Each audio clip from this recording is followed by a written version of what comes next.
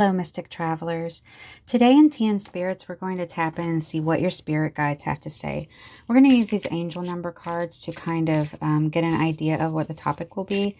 And then we'll look at I usually pull about 3 messages out of the tea leaves. And then we will pull some tarot cards. So let's kind of tune in to the collective for here, for the future, for now.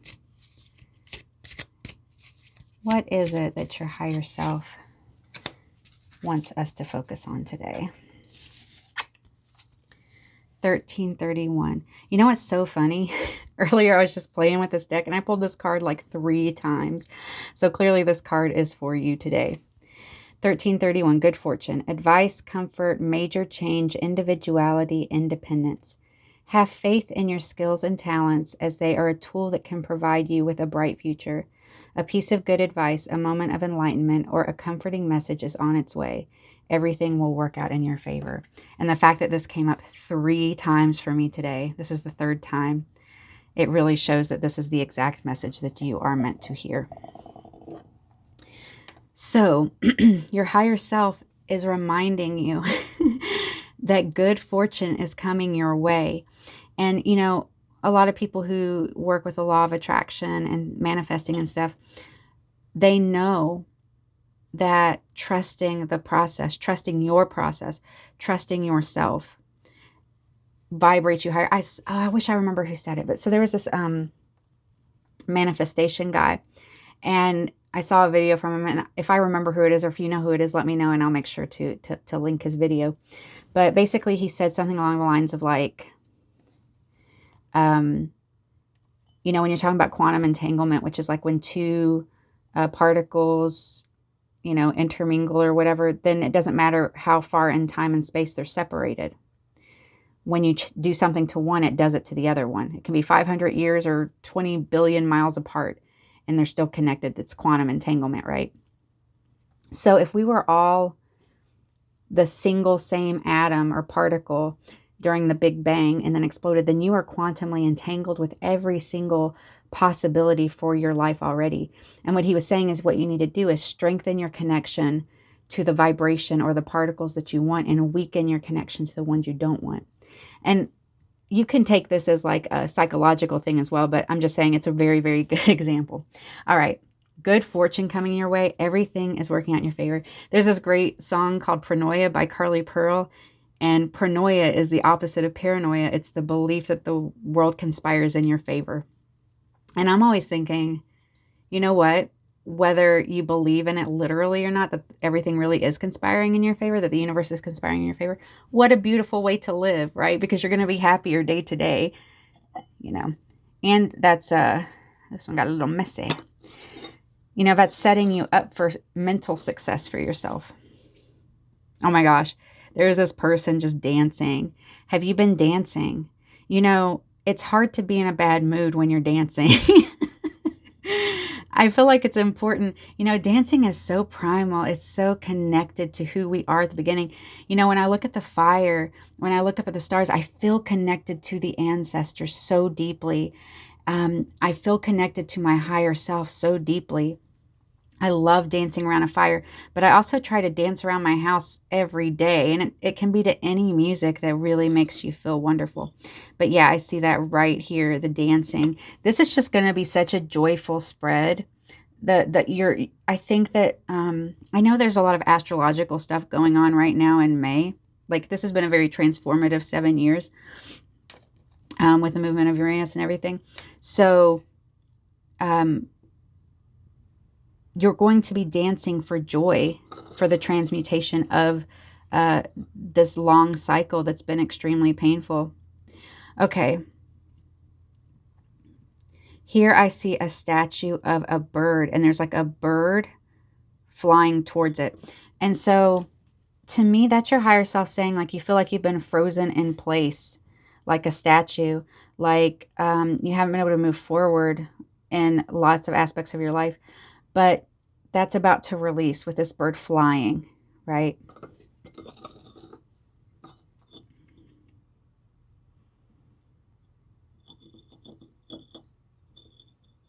Okay. I also see a spider here. And don't get too freaked out. I know a lot of us are arachnophobic, but grandmother spider is actually a very, very powerful, spiders, they eat mosquitoes. So they keep parasites away from us. Spiders weave, weave webs, weave stories. You know what? That's what I'm feeling with that. Spiders weave stories. When did you stop telling your stories? When did you start building stories and then telling them? Our identity is what we tell ourselves. Our identity is what we do. I remember when I was a kid, my aunts and stuff would just sit around the table all night and talk and talk and talk and talk and tell stories. And they tell the same stories. And I feel like now a lot of times people are so addicted to novelty because they want that dopamine hit because, we have phones and all this stuff that, people will get impatient if you tell the same story. But, weaving that same story over and over again, that's our legacy. That's what people did around the campfires for thousands of years. I am definitely pro-technology. I call myself a techno-mystic sometimes, so I'm definitely not dissing technology by any means. But I am saying, are you still connecting to your stories? Are you still connecting to your memories? Or are you just watching and telling other people's stories by, only watching movies and only... Who are you telling your stories to? Are you even telling them to yourself anymore? And I mean the stories of your life, the story of your adventures, the story of your soul that you do not want to lose. I think a lot of times they get replaced with the stories of lack, the stories of what's missing, instead of the vibrant stories of what was. And I think a lot of times for anyone who has dated in the last few years, you talk to people and no one knows how to tell their stories. They don't know how to get past small talk. And I think that that's a symptom of what I'm talking about here. So I feel like individuality and independence, as shown in this 1331 Good Fortune card, has a lot to do with making sure that you do not forget your story. Look at that. She's wiped out. She doesn't remember what it was like before. She doesn't remember. But look at that. There are other people out there with the same idea, and you can connect with them. I love this, because that's the feeling I'm getting. Tell your stories, but also be playful again. When was the last time you were playful? Good fortune comes to those who bring lightheartedness to the world, to their lives, who are childlike without being childish, In Taoism, I talk about moving through the education. 10 of Cups. Boy, this is just such fun energy. I'm just feeling so good. Over here, I even see like an elephant. And I just see like a big smiley face. Like there's just so much playful energy. Like if you've been in a really heavy space because you've been scared about the future, this is have faith in yourself. Start being funny again. You are always so funny, but maybe someone insulted your joke one time or made you feel bad or made you feel silly or it landed weird, and so you learned not to do that. It is time for you to get silly and goofy again. Oh yeah, it's so playful. You've gotten really guarded over the years. And I think it might start too, like you got hyper independent. And then you've been kind of stepping back in. Oh, look, there's an elephant there too. You've been stepping back into the idea of self-care and stuff. And maybe even for the first time stepping into the idea of self-care. And that's a great start. And so the next step is, how do you take self-care from being just an action to being something that you live throughout your day? So as you're moving through your day, how can you be whimsical? How can you have fun? So I used to do like mini whimsies on here. It didn't really work with the divination, so I might do it on a different channel someday. But I have a lot on there, so if you want to check them out, you can. They're down on the playlist down there. But so that's one thing I do, is I have this coconut that I got on a cruise, and I have like funny little weird things to do. And so once a day I pull it out, and it might be something like talk to the moon, or write your name and put all hearts around it and decorate it, or, watch an episode of a new show. Something like that, just to kind of shake up my routine and remind me to be whimsical. But I actually stopped using it because I just found that once I did it for a while, I could just identify whimsical moments in my life. Whether it's, oh, I'm going out to feed the chickens, I'm going to put on a pretty dress and an apron, and, I'm going to go dance around the orchard while I'm out there. Just whatever it is, every moment. We always talk about spirituality not as something that you do once a week or you study, but as something that becomes indiscernible from your daily life. Your whole life is the spiritual experience. Your whole life is the whimsical experience. Yeah. Look at this juxtaposition, playful, fun. People, we have kind of this defensive energy here, but we also have this, people cut away your childhood. People cut away your joy. People cut away your fun. They made you feel bad about it. And the thing about this is that they start by making you feel bad, but then you become the police officer of your own life, right? Look at this. This looks very spidery. Oh, she actually does have spiders in a web. All that. Look at that. 7 of Pentacles. Slowly and steady. You just keep working on it. Keep weaving that web day by day, story by story. Yeah.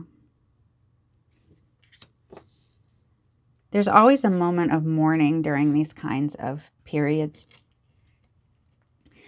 But I feel so good about you. You've been through a death and rebirth, and you're finally learning. This has some kind of like a little bit of Alice in Wonderland energy, but it's about community support, self-support, self-care. People will call things like, oh, you're so indulgent. No. I don't understand if there can be people out there with 12 jets and they say somebody who spends money on a coffee or a bubble bath is being indulgent. No. We were not put on this earth to be wage slaves. We were put on this earth. It's got auroras. It's got waterfalls. It's got the ocean. We were put here to experience itself. We are the universe experiencing itself in all its beauty and glory and pain and joy. And, we were not, Hafez says, we have not come here to take prisoners, but to surrender. We are to surrender to the experience. Is your caravan lost? It is if you have, this is paraphrasing, I'm going to get the words wrong, but he's like, is your caravan lost? It is if you do not weep at the beauty of the things around you, if you do not get filled with awe and wonder at the world anymore. When's the last time you felt awe and wonder? Such things come. Such things bring good fortune because you start seeing and remembering what's real. So much of the world we live in is not real. It's all made up. Credit score, somebody just made that up. Even money is just made up. It's just something we all agree is real. But really, it's just a concept. It's, food is real. You put it in your mouth, you need it, you eat it. But money is just a concept. People die for things that are just ideas, right? But you have a lot of wonderful things headed your way. You've done the work. And fortune favors those who do the work. And remember what I said at the beginning about vibrating the frequency, right? It can't hurt. And I like to think of Neville Goddard's thing where he's like, isn't it wonderful? Isn't it marvelous? Isn't it spectacular? Say that to yourself, especially right when you wake up and right before you go to bed when your brain is in the theta wave state. It's most influential. Don't just say it, but feel it. Even if even if you can only feel it 1 or 2 steps better than you're feeling.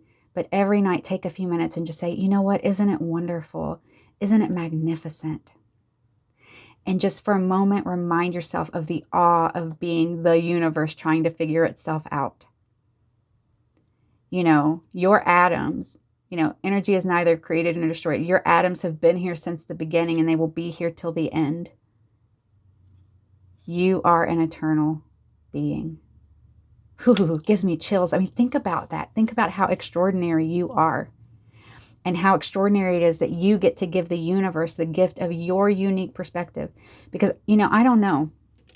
When I hold this stone, I see green a certain way. Do you see green the same way? The universe gets to experience my perception of green and your perception of green.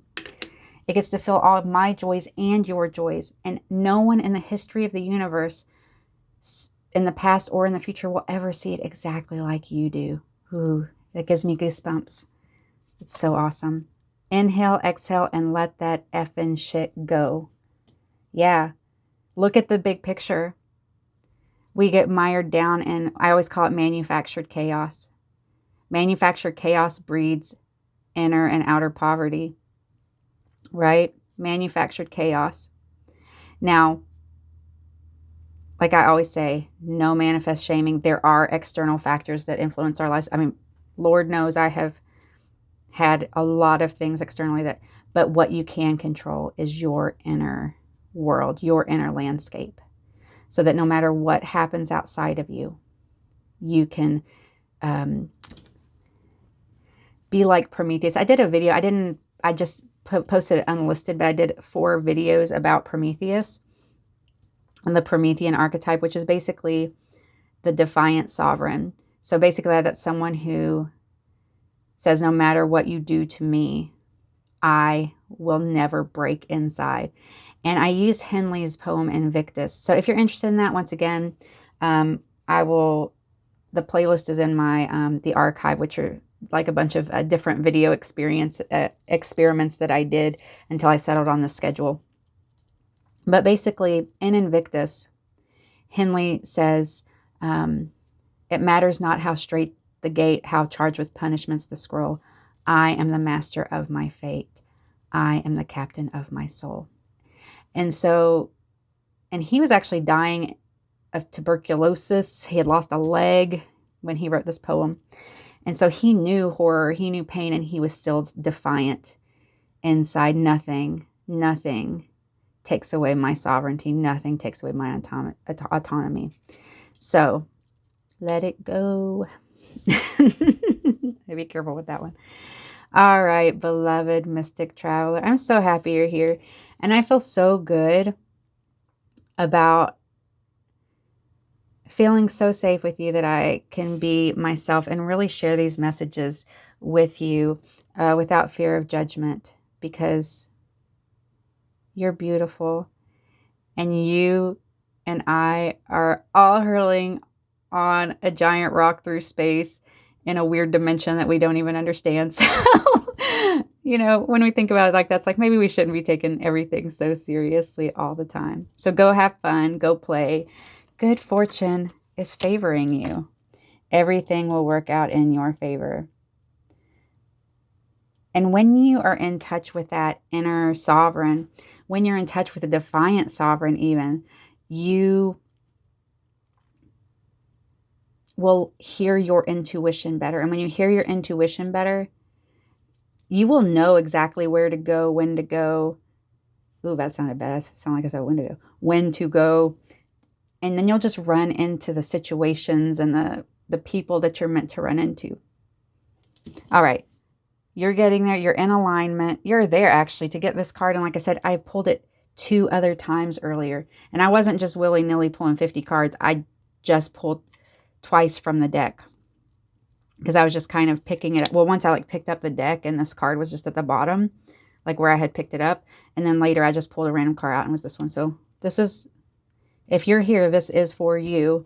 And I'm dancing for you. I'm going to claim this energy too because it's really awesome. All right, I'll see you next time.